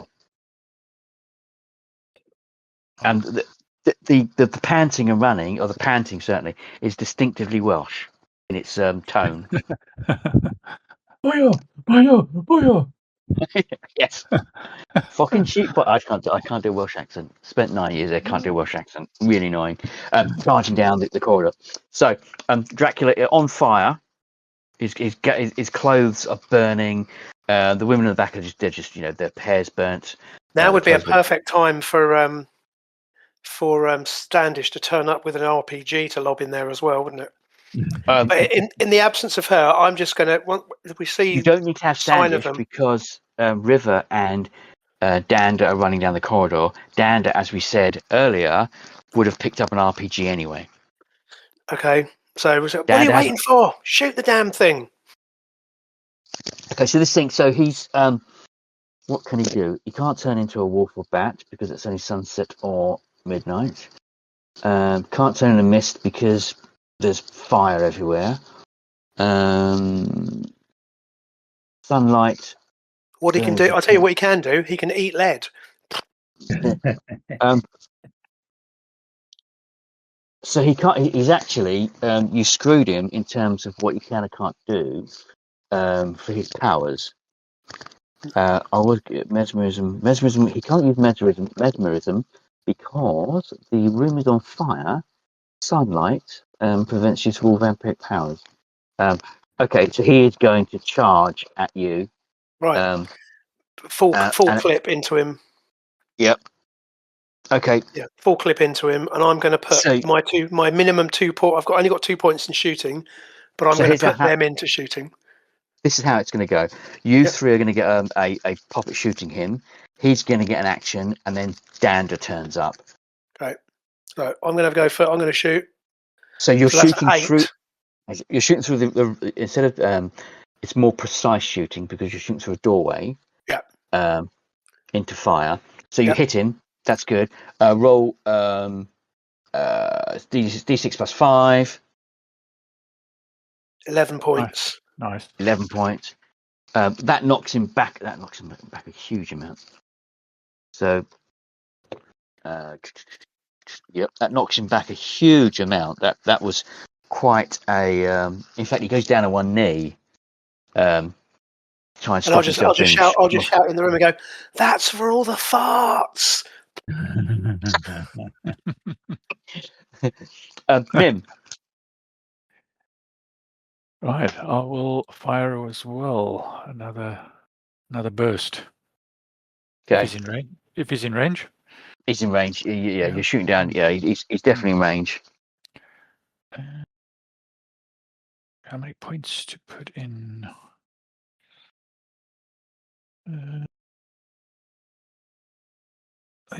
I'll put in 2. So you hit 1d6 plus 5. Another 11. Brilliant. Oh, Louisa. Yeah, it's going to have to be same as Min, actually. Got 2 points into shooting with the AK.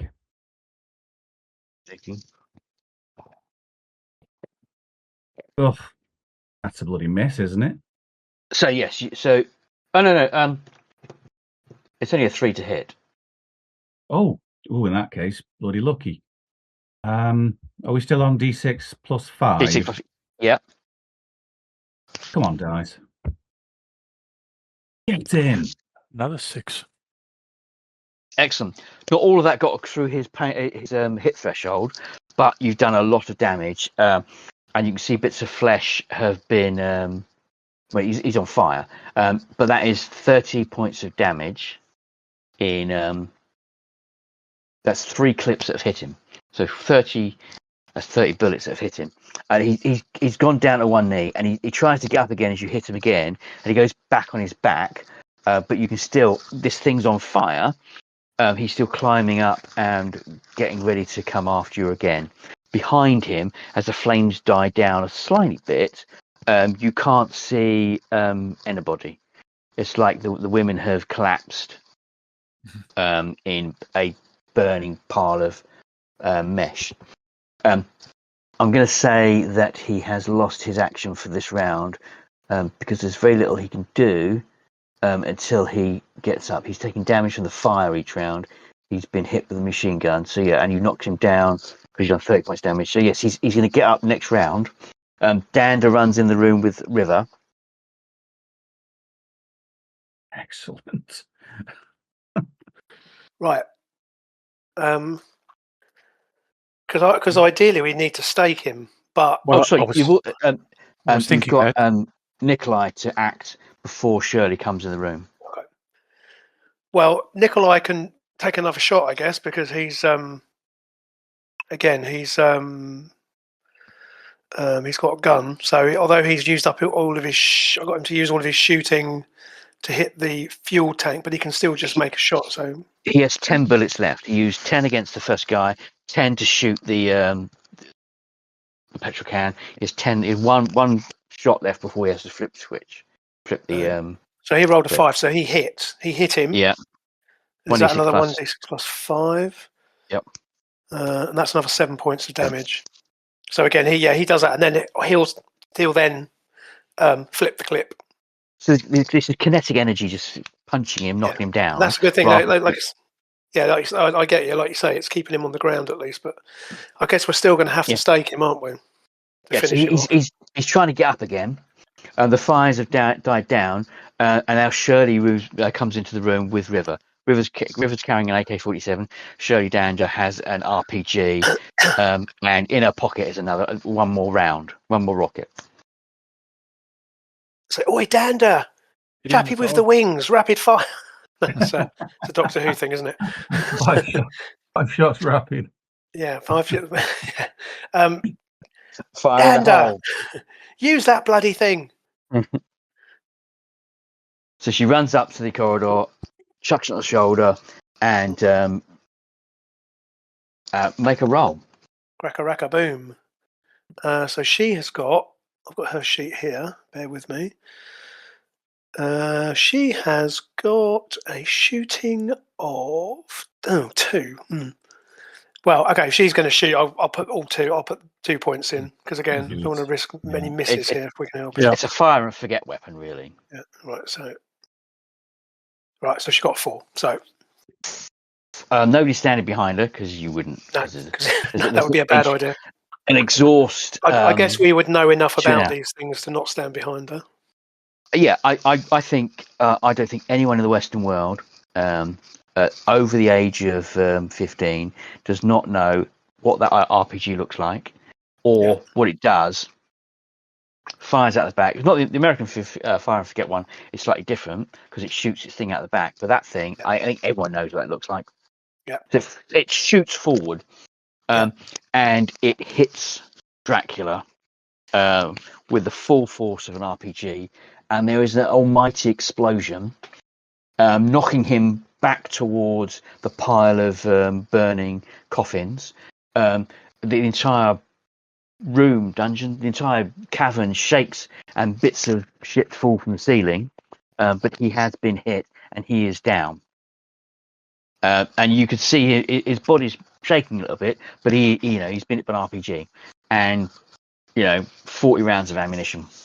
Yeah. Can we reach him? So again, I'm picturing the scene here that the problem we've got here is if we need to stake him, we can't really run into this room because it's freaking on fire. So I don't know. Do we? I mean, I'm happy for Struan to go and have a go. Because, like you say, clearly we're going to have to finish him off. I know this is helping, but he's going to keep getting up, isn't he? So. Well, I was looking for the opportunity to do the same. So, yeah. So I think okay. Go on. Yeah. You need to get into the room. The fire's dampened down, but there is, nobody can hear each other because that explosion is going to be really deafening.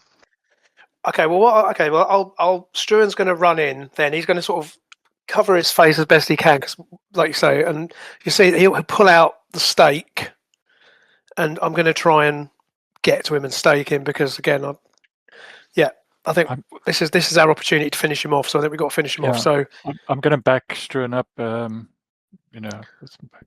So I've got my machine gun is sort of hanging round because obviously it's on a strap, so it's sort of hanging off. I've sort of slung it around my back, and I've just run in with the stake to try and get him while he's on the ground. Cool. Charge in. He's you can see him trying to get up. Yeah. But he's he's been hit badly. So you can put him over. Fire has dampened his powers. He can't actually use his mesmerism, which was useful. I was going to get him to make one of you shoot each other. Mm-hmm. Which anyway. So yes, you are going to hold him down. So your combined strength, not strength. We're going to go with athletics because he's going to start wriggling. So I've got an athletics of. Everyone needs so somebody's going to be on one arm. Somebody's going to be on one person each arm, one person each of the legs, and whilst you're doing that, Shirley's going to be standing over him with her the pipe of the RPG, and she'll be slamming that into his head rather than getting anywhere near his teeth. And somebody needs to be the person that jams the stake in his heart. That's going to have to be River, isn't it? So I need a strength roll for athletics or strength. Athletics roll. Or no, hand-to-hand athletics for the people that are holding his arms down, and then you need a hand-to-hand combat roll for River. Are we happy with that then? So if we have Nikolai, this makes sense. That seems fair. Nikolai, Struan, Min, and Louisa each hold an arm down. Yeah. Shirley batters in with the pipe, and then River stakes the bastard. Yeah. So I'll roll for me. So I've got 2 points left in athletics, which I'll put into this. So I'll roll for me, and I'll roll for Nikolai, if you like. Right, there's 8. So that's that strength of 8 for Struan. So you're holding his arm down in such an angle he can't. So Nikolai has got a athletics of 3. So again, I'm going to put all of his points, so 3 points into athletics. Yep. Do it.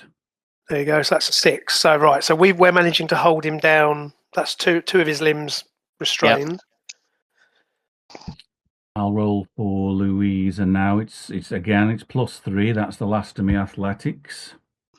Oh, lucky. Okay, so he's wriggling around. So it's just Nikolai on his legs. No, on one of his legs. I've lost count. So Struan and Nikolai and Louisa have all gone. So then it's Mim to go. Mim on his right leg. Yep. Yep. I'll put in all my remaining. Oh, nice. Hold down. So it's just his left legs that are kicking around a tiny bit, but that's being held down. And Shirley's whacking fast. So it's down to River. River. Oh bloody hell! He's going to take a run up. So River has got a. Let's have a look. I've got his character sheet here. You better not bugger this up, Mike. So you're essentially looking at hand to hand, right? Yeah. So you're going to go. Oh no, he's got hand to hand because he's got athletics of. He's got hand to hand of 8. River. So the hand to hand is to simply get the stake over his heart, but the athletics is the strength to puncture it through his chest. Well, he's also got an athletics of 8 as well. So that's so I'm putting all those points in. Okay. So again, there's no point in saving him. So this is for the hand to hand. So that's 14. So essentially, River has taken a run up, and it's like rugby union when you see them jump over the touch line. He's literally leapt in the air, and his left hand over, his right hand over the stake, ready to slam it down to the chest. And then there's an 11. There's an 11 for the 11 for the final for the hand to hand. Hits the chest, goes straight through the heart, and there's a boom as Dracula's body explodes, and you hear 3 more booms from behind you as the 3 brides explode in a cacophony of death. The fires slowly burn out, and you were We probably covered should get in out of here, though. Yeah, we probably need to get out of here, like bits rapid. of bits of burnt Dracula and Yeah. whatnot. And Oh man. the next few scenes are you charging out, and as you're bursting through the doors, Danges is there going firing these RPGs at the castle. You've got four RPGs to fire, and she's ba-thump, ba-thump, ba-thump, and there's bits of the castle turrets start. It's not going to do that much damage in the grand scheme of things, but you'll knock down a turret, a tower, really, with 4 RPGs. Awesome. Leap into the car, and as you drive off, you can see the smoke and fires billowing from the castle, and I think that kind of is a great end to the campaign. Hey, well done, Kevin. Nicely done. To Standish, you do realise it's a World Heritage Site. A UNESCO, yeah, but yeah. Oh, Shut up, Min. She says. Excellent stuff. That most definitely deserves a trip back to good old Blighty. Yes, and a you few can get pants back in the hand and shears. Whitby's. And I'm going to call that last episode is going to be called "That's a World Heritage Site." Yes. Oh no, excellent stuff, Kevin. That was great. That's a good laugh. You do know that's a World Heritage Site. That was a good one. Good one, Yeah. Roger. Yeah. Yeah, No, and excellent the stuff. snow globe. I love that. Well, the snow globe is the picture, and the title is going to be "That's a World Heritage Site." That is what that was. It was fantastic. Great. Yeah, I mean, that was wonderful stuff. That was a good climax to it all. That was. That was very satisfying. Yes. With the machine guns and other RPGs and the fire, I don't care. Vampires, you get the idea. You can shoot them and it doesn't do any damage. But a bullet hitting anything. No, I think I don't quite buy the idea it wouldn't knock you down.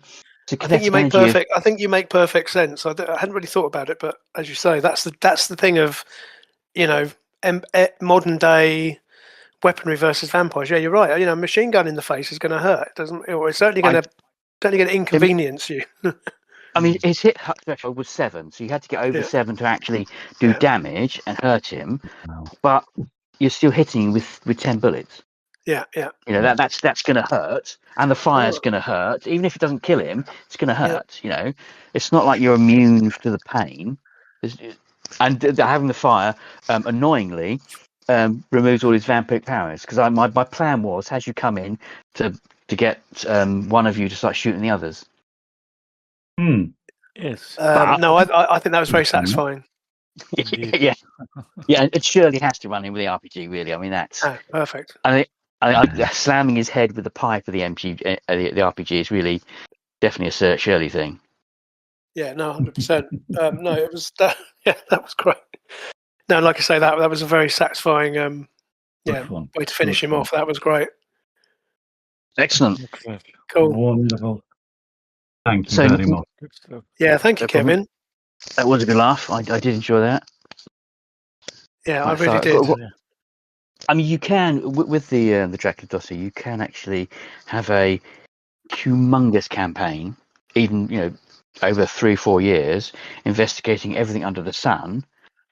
But at the end of the day, you're fighting Dracula.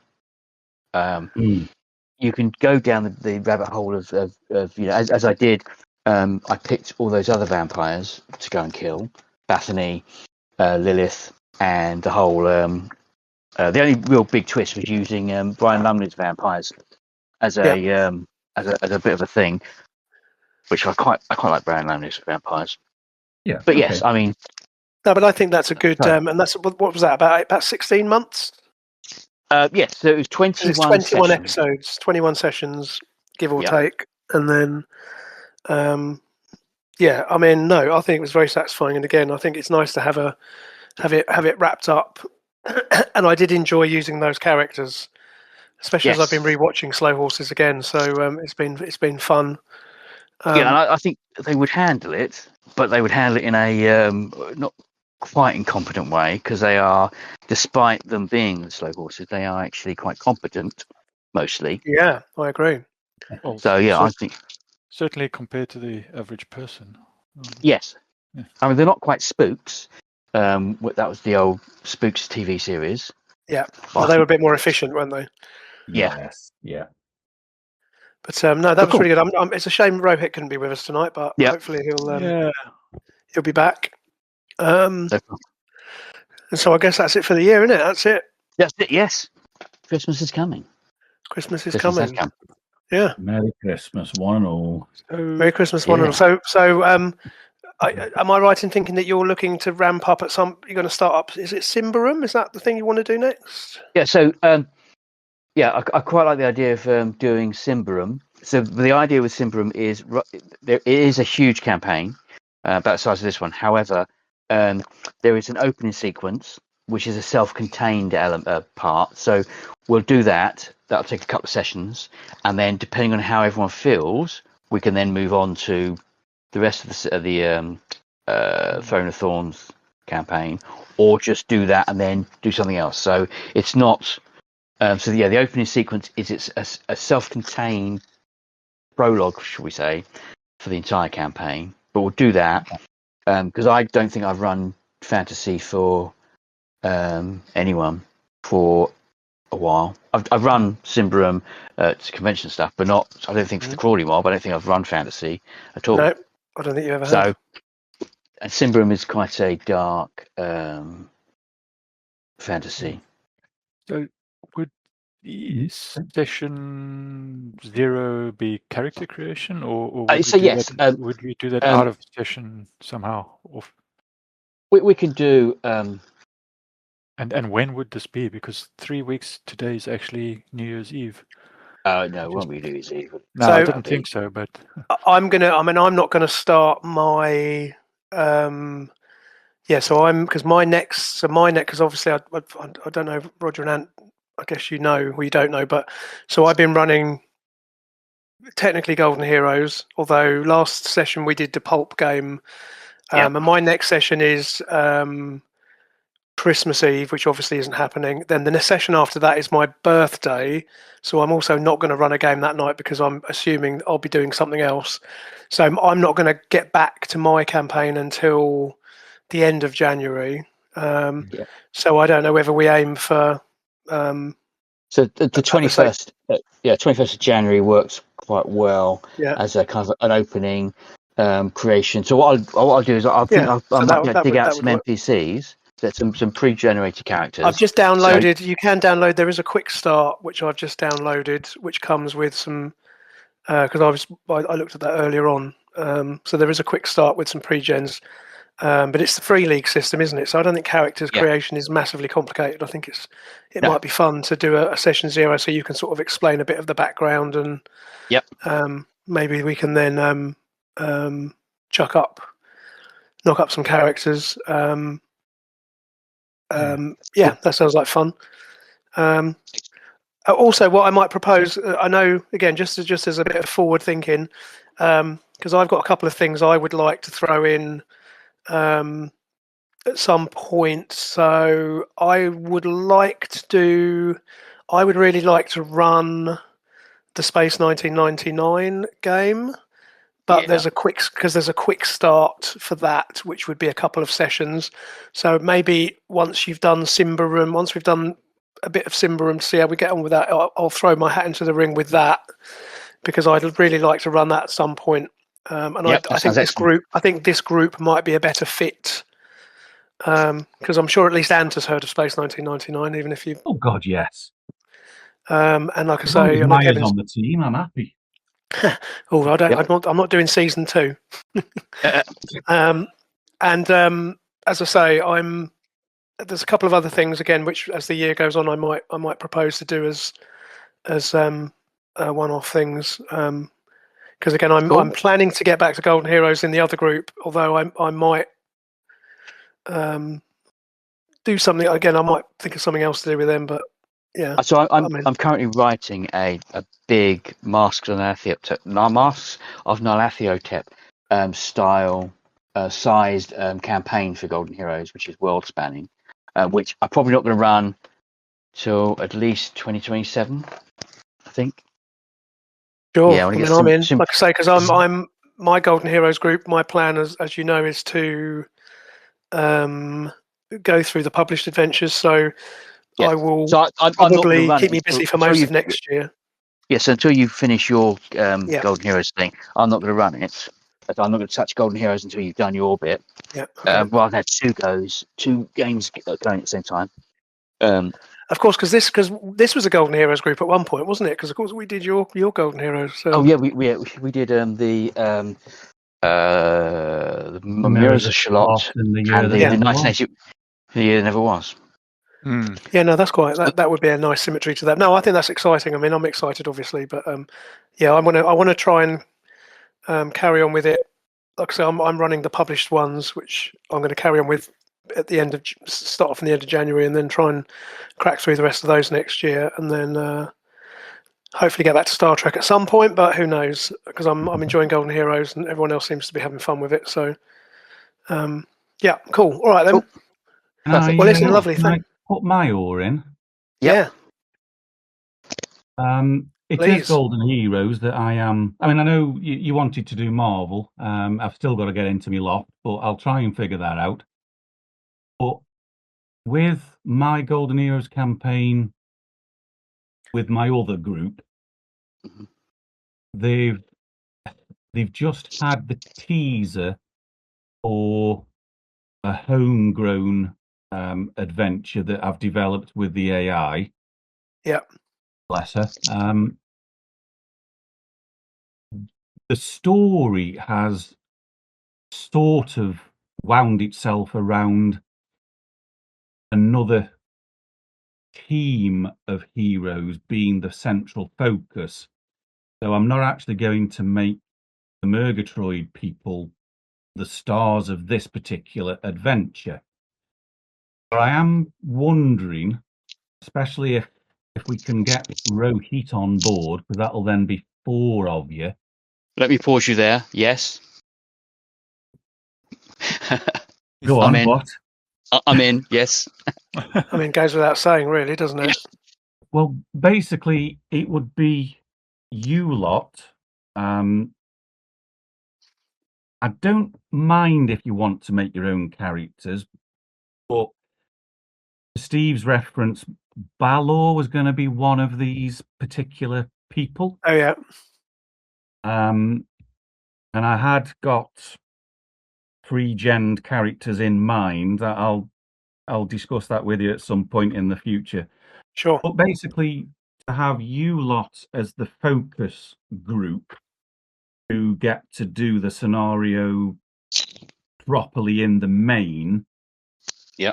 But then you would be sort of circling the Murgatroyd people. I'm not going to say that there'd be a team up because the guys on the other setup are a little bit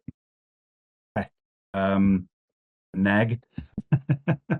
And they wouldn't really want to go into Discord and roll 20. But the idea is you would be a second team for the purposes of this possibly long-winded campaign, and you'd be mirroring all other people's actions, and you'd be in an existing world. And I'm just wondering whether that appeals.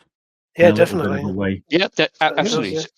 Yeah. If you work out when that's required, we can fit the other games around. So if it's your team's essentially going to do that in say end of February, beginning of March, if you need it done at a certain time frame, just let us know and we'll do it. Yeah, we'll do what we can. Yeah, we'll work around it. I'm happy with that. Yeah, sounds excellent. I mean, I the way I've got it in the campaign timeline. The teaser's only just happened. It's going to be, I'm still thinking 6 months game time. So even that's going to be a few months because obviously our other group alternates between Jay's Mutants and Masterminds and my Golden Heroes. So we don't tear through the universe timeline as quickly as if we were playing Golden Heroes every week or whatever. So it wouldn't be till later on next autumn, I would imagine.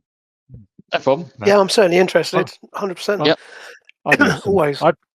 I'm keen. I don't mind playing a pre-made character. Yeah. Off the top of my head, I just can't.